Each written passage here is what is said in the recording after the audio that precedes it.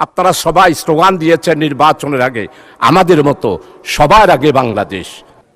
2026 এবং 27 অর্থ বছরের বাজেট আলোচনা করতে গিয়ে প্রথমে আমি স্মরণ করছি 18 বছরের নির্যাতন, নিপীড়ন, অত্যাচার, গুম, খুন, শেষ পর্যন্ত আমাদের জামাত ইসলামীর শীর্ষ নেতাদেরকে বিচারিক হত্যাকাণ্ডের মাধ্যমে আমাদের ফাঁসির কাস্টে আমাদের 5 জন নেতাকে হত্যা করা হয়েছে। এবং 18 বছরে যেই সমস্ত পরিবার নির্যাতিত হয়েছে, নিপীড়িত হয়েছে, তাদেরকে স্মরণ করছি, শাহাদাত বরণ করেছেন। পরিশেষে 36শে জুলাই যারা রক্ত দিয়েছে, আন্দোলন করেছে, শাহাদাত বরণ করেছে, তাদেরকে শ্রদ্ধা ভরে স্মরণ করছি। মানে স্পিকার, এই পার্লামেন্টটা হচ্ছে নির্যাতিত, নিপীড়িত, অসহায় মানুষের আহাজারির, মজলুমের আহাচারির সর্বশেষ 12 ফেব্রুয়ারিতে যে নির্বাচনের মাধ্যমে পার্লামেন্ট গঠন হয়েছে, এই পার্লামেন্ট হচ্ছে 18 কোটি মানুষের সেই আশা আকাঙ্ক্ষার একটি পার্লামেন্ট। এই পার্লামেন্ট বিগত 54 বছর যে পার্লামেন্ট হয়েছে সেই পার্লামেন্টের মতো নয়। এই পার্লামেন্ট থেকে, এই পার্লামেন্টের কাছে বাংলাদেশের 18 কোটি মানুষ বিশাল প্রত্যাশা এবং বিশাল আশা নিয়েই এই পার্লামেন্ট গঠিত হয়েছে। এবং এই পার্লামেন্টে গঠিত হওয়ার পর আমরা কি দেখলাম মাননীয় স্পিকার? নির্বাচনের আগেই আমরা একটা স্লোগান দিতাম, সেই স্লোগান হচ্ছে চলো একসাথে গড়ি বাংলাদেশ। আজকে সেটার রেজাল্ট, মাননীয় প্রধানমন্ত্রী বিদেশ সফর করে আসার পর আমাদের অপোজিশন লিডার, মানবিক নেতা ডক্টর শফিকুর রহমান চলো একসাথে গড়ি বাংলাদেশ, সেটার আজকে প্রমাণ উনি আজকে এই পার্লামেন্টে দিয়েছেন। মাননীয় প্রধানমন্ত্রীর এই সফরকে উনি প্রশংসিত করে আজকে বাংলাদেশের মানুষকে অতীতের সমস্ত কিছু ভুলে গিয়ে আগামীতে নতুন বাংলাদেশ গড়ার উনি যে অঙ্গীকার নির্বাচনের আগে করেছিলেন, সেটার প্রতিফলন আজকে উনার অপোজিশন লিডার হিসাবে মাননীয় প্রধানমন্ত্রীর সফরের পরে বক্তৃতায় উনি আজকে সেটা প্রকাশ করেছেন। মাননীয় স্পিকার, ডক্টর শফিকুর রহমান সাহেব অপোজিশন লিডার, উনি তো দেশবাসীকে বুঝিয়ে দিয়েছেন। উনি সরোয়ার্দীর উদ্যানের মহাসমাবেশে বক্তৃতা দিলেন, বক্তৃতায় অসুস্থ হলেন, আল্লাহ তাআলা ওনাকে ভালো করলেন। অসুস্থ অবস্থায় বসে বসে জাতির উদ্দেশ্যে উনি বক্তব্য রাখলেন। বক্তব্য রেখে ঘোষণা করলেন, আমরা যদি ক্ষমতায় যাই তাহলে আমরা সরকারি কোনো সুযোগ সুবিধা নেব না, ট্যাক্স ফ্রি গাড়ি নেব না, এবং আমরা কোনো ধরনের গৃহায়নের জন্য, আমরা কোনো ধরনের বাস স্থানের জন্য কোনো ধরনের জমিও আমরা নেব না। এরপরে উনি অসুস্থ হলেন, ওনাকে প্রস্তাব দেওয়া হলো যে আপনাকে বিদেশে গিয়ে হার্ট অপারেশন করতে হবে। উনি বললেন, না, আমি আমার দেশের উপরে আমার আস্থা রয়েছে, আমি এই দেশের মধ্যেই চিকিৎসা করব। আল্লাহর মেহেরবানি, উনি চিকিৎসা করলেন, ভালো হলেন, দেশবাসীর কাছে মেসেজ দিলেন, আমরা আর আমাদের দেশের চিকিৎসা জগৎকে লজ্জিত করতে চাই না। আমাদের দেশের চিকিৎসা জগৎ সম্পর্কে অপোজিশন লিডার স্বীকৃতি দিলেন।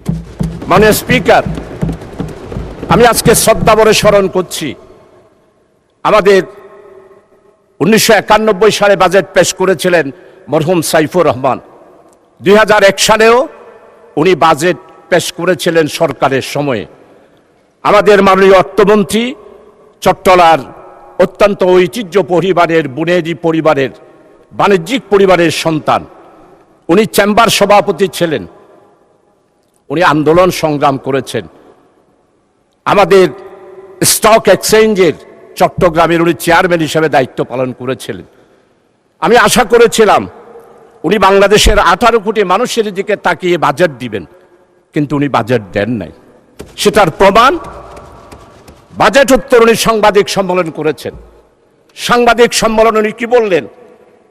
অর্থমন্ত্রী বললেন যে আমার এই বাজেট ব্যবসার পরিবেশকে সহজ করার জন্য বাজেট দিয়েছি। ব্যবসায়ীদের কি বাংলাদেশ? না, বাংলাদেশ 18 কোটি মানুষের বাংলাদেশ। কৃষক, শ্রমিক, মেহনতি মানুষ, সর্বস্তরের বাংলাদেশ। আপনি ব্যবসায়িক পরিবার, তাই ব্যবসায়ীদের জন্য বাজেট দিয়েছেন, বাংলার মানুষের জন্য বাজেট দেন নাই। তাই আজকে আমি সাইফুর রহমান মরহুম ওনাকে স্মরণ করছি। উনি যখন বাজেট দিতেন তখন অপোজিশন লিডারদের কাছে টেলিফোন করতেন। আমি অর্থ মন্ত্রণালয়ে 2001 সালে কাজ করেছি। আমাদের সাথে আমাদের মুশফিকুর রহমান, যিনি অর্থ মন্ত্রণালয়ে এইবারে সভাপতি হয়েছেন, উনার সাথে আমরা কাজ করেছি। আমরা দেখেছি বাজেট যখন বক্তব্য পেশ করা হতো, এর আগেই উনি অপোজিশন লিডারের সাথে কথা বলতেন, বাজেট তৈরির ব্যাপারে সহযোগিতা চাইতেন। এইবারের বাজেট যারা তৈরি করেছেন এরা কারা? এরা কি 36শে জুলাইয়ের চেতনাকে ধারণ করেন? না। যারা বাজেট তৈরি করেছেন, অতীতে যেভাবে বাজেট তৈরি করেছেন 18 বছরে যারা স্বৈর শাসক ফ্যাসিস্ট, তাদের বাজেট যারা তৈরি করেছেন এইবারও ঠিক তারাই বাজেট তৈরি করেছেন। আপনারা যদি আমাকে বলেন কে কে সেই রকম, আমি অবশ্যই ধরিয়ে দিতে পারবো, কিন্তু মহান পার্লামেন্টে আমি তাদের নাম ধরতে চাই না। আপনারাই চিন্তা করেন, এই বাজেট আপনারা যে তৈরি করেছেন, আপনারা সবাই স্লোগান দিয়েছেন নির্বাচনের আগে, আমাদের মতো সবার আগে বাংলাদেশ। এইবারের বাজেটে সবার আগে বাংলাদেশের এই স্লোগানটি কি প্রতিফলিত হয়েছে? এটা যদি প্রতিফলিত হতো তাইলে আপনারা কৃষি সম্পর্কে যেই বক্তব্য দিয়েছেন, বাজেট পেশ করেছেন, সেটা কি এইখানে আছে?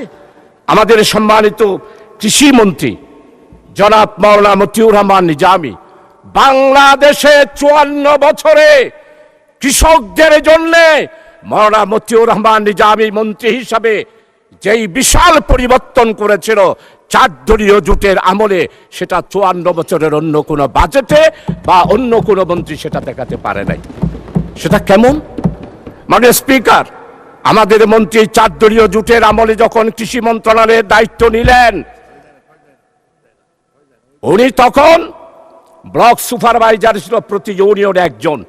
আমার মন্ত্রী, আমাদের নেতা শহীদ মাওলানা মতিউর রহমান নিজামী কৃষকদের কথা চিন্তা করে উনি প্রত্যেকটা ইউনিয়নে 9 জন করে প্রতি ওয়ার্ড ভিত্তিক একজন ব্লক সুপারভাইজার দিয়ে কৃষকের মধ্যে বিশাল একটি বিপ্লব এনেছিলেন।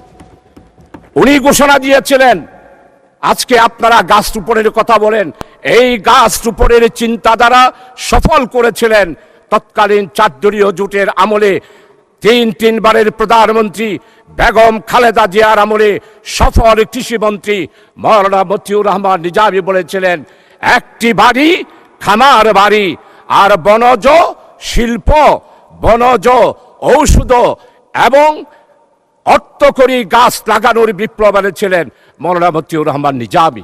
কিন্তু আমরা এবারের বাজেটে কি দেখি? কৃষকদেরকে অবহেলা করা হয়েছে। অতীতে যা বাজেট ছিল তার থেকে আপনি কমিয়ে দিয়েছেন। কৃষক ছাড়া বাংলাদেশ বাঁচবে না। তাই আমার প্রস্তাব হলো, কৃষকদের ব্যাপারে এই বাজেটে আপনাকে অবশ্যই কৃষকদের ব্যাপারে আপনাকে বাজেট বরাদ্দ বাড়িয়ে দিতে হবে। মানে স্পিকার, আমি গ্যাস ও কৃষি, গ্যাস ও খনিজ, বিদ্যুৎ, জনপ্রশাসন, প্রবাসী কল্যাণ, বন্দর, স্বরাষ্ট্র ও পুলিশ, বন এবং পরিবেশ আর শিল্প, এই কয়েকটা মন্ত্রণালয়ের উপরে আমি আজকে উল্লেখ করতে চাই। 15টা মন্ত্রণালয়ে আপনি অতিরিক্ত বাজেট দিয়েছেন, কিন্তু এই 9টা মন্ত্রণালয় আজকে দুকে দুকে মরতেছে। গ্যাস, আজকে 54 বছর একটা গ্যাস কূপও আপনারা উত্তোলন করতে পারলেন না। অথচ আমাদের পাশে রাখাইন, এই রাজ্যের পাশেই আজকে বঙ্গোপসাগরে গ্যাস উত্তোলন হয়েছে, অথচ আমরা এখনো পর্যন্ত গ্যাস পাই নাই। গ্যাসের চাহিদা দিন দিন বাড়তেছে, আর আমাদের গ্যাস আমদানি করতে হয়। আমরা একটা গ্যাস কূপও আজকে আমরা 54 বছরে পারি নাই। 1993 সাল আমাদের সম্মানিত ডক্টর খন্দকার মোশাররফ সাহেব খনিজ মন্ত্রী ছিলেন, আমাদের আজকের স্বরাষ্ট্রমন্ত্রী তৎকালীন 91 সালের প্রধানমন্ত্রী দেশনেত্রী বেগম খালেদা জিয়ার অফিসে উনি থাকতেন, প্রধানমন্ত্রীর সহকারী ছিলেন। উনার অবশ্যই খেয়াল থাকার কথা। 1993 সালে যখন পার্লামেন্টে বক্তব্য রাখলাম, তখন মাননীয় প্রধানমন্ত্রী ডক্টর খন্দকার মোশাররফ সাহেবকে নির্দেশ দিলেন যে চৌধুরী যে বক্তব্য রেখেছে, আমাদের চট্টগ্রামের গ্যাস ফিল্ড কুমিরাগুনা বড় হাতিয়াতে সেই গ্যাস ফিল্ড আপনি পরিদর্শন করুন। ডক্টর খন্দকার মোশাররফ, ওনার মন্ত্রণালয় এবং আমার আজকের স্বরাষ্ট্রমন্ত্রী ওনারা সহ আমার সেই এলাকায় গেলেন। 1978 সালে চট্টগ্রামের গ্যাস ফিল্ড, আমার মাননীয় অর্থমন্ত্রী আপনিও জানার কথা, রাশিয়ার উদ্যোগে সেই গ্যাস ফিল্ড থেকে অলরেডি গ্যাস উত্তোলন হলো। 1970 সালে আমরা চট্টগ্রামবাসী সবাই আশান্বিত হলাম, চট্টগ্রামে আমরা গ্যাস একটি ফিল্ড পেয়েছি। কিন্তু দুর্ভাগ্য, 1971 সালে দেশ স্বাধীনতার পর আধিপত্যবাদী হিন্দুস্তান আমার ওই রাশিয়ার গ্যাস ফিল্ডে ওনারা সবাই সরজমিনে দেখেছেন, সেইখানে সীসা ঢেলে দিয়ে আমার গ্যাস ফিল্ডটাকে বন্ধ করে দিল। আমরা গ্যাস পেলাম না। আমাদের আজকের স্বরাষ্ট্রমন্ত্রী উনিও গিয়েছিলেন, ডক্টর খন্দকার মোশাররফ সাহেব, ওনার সমস্ত মন্ত্রী পরিষদের যারা ডিজি ছিলেন ওনারাও গিয়েছিলেন। তাই আজকে আমি দাবি করছি, আমার চট্টলার ওই গ্যাস ফিল্ড ইন্ডিয়া স্বাধীনতার পর বাংলাদেশকে অর্থনৈতিক দিক থেকে ধ্বংস করার জন্য আমার গ্যাস ফিল্ড শেষ করে দিয়েছিল। বাঁশখালীর চাম্বল আর আমাদের চট্টগ্রামের লোহাগাড়ার বড় হাতিয়ার এই গ্যাস ফিল্ডকে আবার পরীক্ষা নিরীক্ষা করে সেইখানে গ্যাস পাওয়া যায় কিনা সেই ব্যাপারে চিন্তা করতে হবে। মাননীয় স্পিকার, আজকে মাননীয় অর্থমন্ত্রীর কাছে অনুরোধ করব, আপনি গ্যাস সন্ধানের জন্য সেখানে বাজেট বরাদ্দ করেন। এইভাবে রাখাইন বারবার যদি একটা গ্যাস পায়, ইন্ডিয়া যদি গ্যাস পায়, আমাদের 18 বছরের প্রধানমন্ত্রী উনি নাকি সমুদ্র জয় করেছিলেন। আজকে এতদিন হয়ে গেল, উনি ক্ষমতায় 18 বছর ছিল, বঙ্গোপসাগর কোথায় বিজয় করেছে সেটার এখনো পর্যন্ত রেখা উনি দিতে পারেন নাই। আমাদের চট্টগ্রামের আরেক কৃতি সন্তান স্বরাষ্ট্রমন্ত্রী, আজকে আমাদের চট্টগ্রামে একটা কথা এসেছে, কোথায় ফতোয়ার জন্য আর মাদ্রাসায় যেতে হবে না। তা আমি জিজ্ঞেস করলাম কেন? হয়তো ফতোয়া তো আপনাদের এই পার্লামেন্টে দেওয়া হয়। ফতোয়া কিরকম? ফখরুল ইসলাম মাননীয় মন্ত্রী, উনি যেমন ইসলাম নয়, জামাত ইসলামীও ইসলাম নয়। মানে স্পিকার, জামাত ইসলামীকে জানতে হলে 100 বছরের ইতিহাস জানতে হবে। জামাত ইসলামী কি ইসলামী দল না অন্য কিছু, সেটার ফতোয়া দেওয়ার দরকার নাই। তাই আমাদের চট্টগ্রামে এখন বলতেছে হাল জবানার মুফতি তিনি, আর একটা বললাম না, আলিফ বাতা জানেন না। মানে স্পিকার, আমরা ফতোয়ার জন্য আর হাটহাজারে যাব না, ফতোয়ার জন্য পটিয়াও যাব না, ফতোয়ার জন্য লালবাগেও যাব না। আমাদের এই মহান পার্লামেন্টে জামাত ইসলামীকে ইসলামী দল নয় বলে যিনি বলেন, তার কাছ থেকেই আমরা ফতোয়া নেব। মানে স্পিকার, জামাত ইসলামের ইতিহাস, গণতান্ত্রিক আন্দোলনের ইতিহাস, জামাত ইসলামের ইতিহাস, ইসলামের উপরে যখন এই আঘাত এসেছে, জামাত ইসলামী বজ্রকণ্ঠে রাজপথে প্রতিবাদ করেছে, সারা বিশ্বে স্বীকৃতি দিয়েছে। জামাত ইসলামী হলো ইসলাম রক্ষার জন্য একটি মাত্র বাংলাদেশে, অন্যান্য ইসলামী দলের মতো নয়। জামাত ইসলামী গণতান্ত্রিক, নিয়মতান্ত্রিক, মানুষের অধিকার প্রতিষ্ঠার জন্য, ওয়েলফেয়ার স্টেট কায়েম করার জন্যই জামাত ইসলামী। তাই নির্বাচনের আগে আমাদের বক্তব্য ছিল ন্যায়, ইনসাফ, বৈষম্যহীন, কল্যাণময় একটি রাষ্ট্র আমরা কায়েম করতে চাই। মাননীয় স্পিকার, আজকে বিদ্যুতের অবস্থা কোথায়? ক্যাপাসিটি চার্জ, আপনারা ক্ষমতায় আসলেন 4 মাস, এখনো পর্যন্ত ক্যাপাসিটি চার্জ আপনাদেরকে দিতে হচ্ছে। এই ক্যাপাসিটি চার্জ দুর্নীতির একটি বিশাল আগ্রা। এই ক্যাপাসিটি চার্জ কোথায় যায়? ইন্ডিয়ার বিদ্যুৎ যাদের সাথে চুক্তি করেছিল। মাননীয় স্পিকার, আমাদের মাননীয় অর্থমন্ত্রী উনি আর আমরা একসাথেই হলমার্কের বিরুদ্ধে বক্তব্য রেখেছি। ক্যাপাসিটি চার্জ বিদ্যুতের এই ব্যাপারে আমরা বক্তব্য রেখেছি, কিন্তু আজকে 4 মাস হয়ে গেল, এখনো আমাদেরকে ক্যাপাসিটি চার্জ অর্থাৎ বিদ্যুৎ না পেলেও যাদের সাথে চুক্তি হয়েছে তাদেরকে টাকা দিতে হবে। কত টাকা দিতে হয় সেটা সাংবাদিক সম্মেলনে মাননীয় অর্থমন্ত্রী আপনি নিজেই সেটা উল্লেখ করেছেন। তাই আমার দাবি, এই ক্যাপাসিটি চার্জ বন্ধ করে দিয়ে আমাদেরকে নতুনভাবে বিদ্যুৎ, আমি প্রশংসা করি আপনারা আজকে বিদ্যুতের ব্যাপারে আপনারা একটা নতুন পদক্ষেপ নিয়েছেন, অবশ্যই সেটা সফল হোক, সেটাই কামনা করি মাননীয় স্পিকার। এরপরে মাননীয় স্পিকার, জনপ্রশাসন কি হচ্ছে? জনপ্রশাসনে 18 বছরে যারা প্রশাসন চালিয়েছেন, যারা সুবিধা পেয়েছেন, পদায়ন পেয়েছেন, ভালো ভালো পোস্ট পেয়েছেন, তাদেরকে কাকেও সরালেন না, সবাইকে আপনারা বহাল তরবিয়তে রেখে দিলেন। আর এখন আপনারা কি করছেন? জনপ্রশাসনে 18 বছরে যারা নির্যাতিত, যারা পদায়ন হয় নাই, যারা প্রমোশন পায় নাই, তাদেরকে আস্তে আস্তে করে সবাইকে সচিব পদ, জয়েন্ট সেক্রেটারি পদ, এডিশনাল সেক্রেটারি পদ থেকে আস্তে আস্তে তাদেরকে আপনারা বিদায় করে দিচ্ছেন। তাই বলতে চাই, এই বাজেট যদি 36শে জুলাইয়ের চেতনার লোকদেরকে দিয়ে করাতেন, তাহলে সেই বাজেট হতো বাংলাদেশের 18 কোটি মানুষের আশা আকাঙ্ক্ষার। কিন্তু এখন আশা আকাঙ্ক্ষার হয় নাই মাননীয় স্পিকার। এই বাজেট হয়েছে গণতান্ত্রিক বাজেট। 1972 সালের বাজেট, 1973 সালের বাজেট দিয়েছিল, সবাই প্রশংসা করেছিল। কিন্তু বাজেট দেওয়ার পর আমরা দেখলাম সেরু মিয়া, অর্থমন্ত্রী ছিল তাজউদ্দিন, আর বাণিজ্য মন্ত্রী ছিল সেরু মিয়া, আমাদের সতর্ঘাটের শফি সওদাগর। অর্থাৎ ব্ল্যাকে যা মাল আসবে, যদি তাজউদ্দিন সাহেব পারমিশন দিয়ে দিয়েছিলেন, সেরু মিয়ার নাম বললেই সব পরিষ্কার কালোবাজার।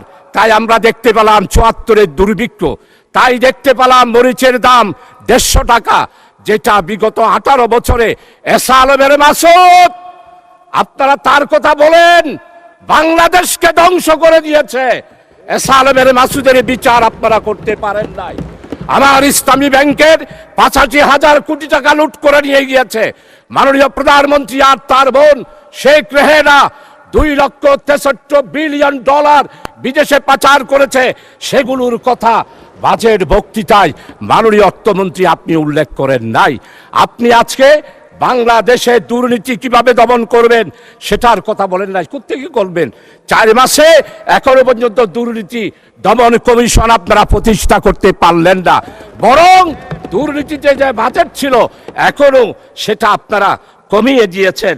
তাই আপনাদের কাছে অনুরোধ করব, আসুন আপনারা যদি দেশ এবং জাতির স্বার্থে আমরা নতুন যেই যাত্রা শুরু করেছি, সেই যাত্রার জন্য আপনাদের কাছে অনুরোধ করব, আপনারা মেহেরবানি করে দয়া করে বাজেটের মধ্যে আমি যেই 9টা মন্ত্রণালয়ের কথা বলেছি, সেই মন্ত্রণালয়ে বাজেট বৃদ্ধি করার জন্য, সেই ব্যাপারে চিন্তা করার জন্য। মানে স্পিকার, পুলিশ শুধু বলতেছে আইনশৃঙ্খলা, পুলিশের মধ্যে এখনো পর্যন্ত আপনারা 14,000 শূন্য পথে পুলিশ দেওয়ার কথা বলেছেন। ফ্যাসিস্ট স্বৈরাচার শেখ হাসিনার আমলে যেই পুলিশ নিয়োগ দেওয়া হয়েছে, তাদের ব্যাপারে কোনো তদন্ত হচ্ছে না। 4 মাসে 18 বছরে যেই দুর্নীতি হয়েছে সেটার শ্বেতপত্র আপনারা প্রকাশ করছেন না। আসুন প্রবাসী কল্যাণ, আজকে প্রবাসী কল্যাণ মন্ত্রণালয়ে বাজেট বরাদ্দ করতে হবে। চট্টগ্রাম বন্দর এতদিনের বন্দর, এখনো পর্যন্ত বড় ভেসেলগুলা ঢুকতে পারে না, বড় ভেসেলগুলা বাইরে থাকে, সেই ভেসেল থেকে জাহাজ দিয়ে মাল এনে এখনো পর্যন্ত মানদাতার আমলের বন্দর পরিচালিত করা হচ্ছে। তাই আমার স্পষ্ট কথা মাননীয় অর্থমন্ত্রী, আমাদের চট্টগ্রাম বন্দরকে আধুনিকায়ন করতে হবে, সিঙ্গাপুরের আদলে করতে হবে। আমাদের চট্টগ্রামকে আমাদের সাবেক 3 বারের প্রধানমন্ত্রী বেগম খালেদা জিয়া চট্টগ্রামকে বাণিজ্যিক রাজধানী ঘোষণা করেছিল। বাণিজ্যিক রাজধানী করার জন্য যা করা দরকার, সময় যেহেতু নাই, আমার কাছে স্পষ্ট প্রস্তাব আছে, সেগুলো আপনার কাছে আমি দিতে পারবো। এরপরে কর সংশোধন করার জন্য জাতীয় রাজস্ব বোর্ড যেই সংস্কার পরামর্শ কমিটি আন্টোরিয়াম গভর্নমেন্টের আমলে দিয়েছে, মাননীয় অর্থমন্ত্রীর কাছে আমি সেটা পেশ করব। আপনি সেই অনুসারে আমাদের জাতীয় রাজস্ব বোর্ডকে সাজানোর চেষ্টা করবেন।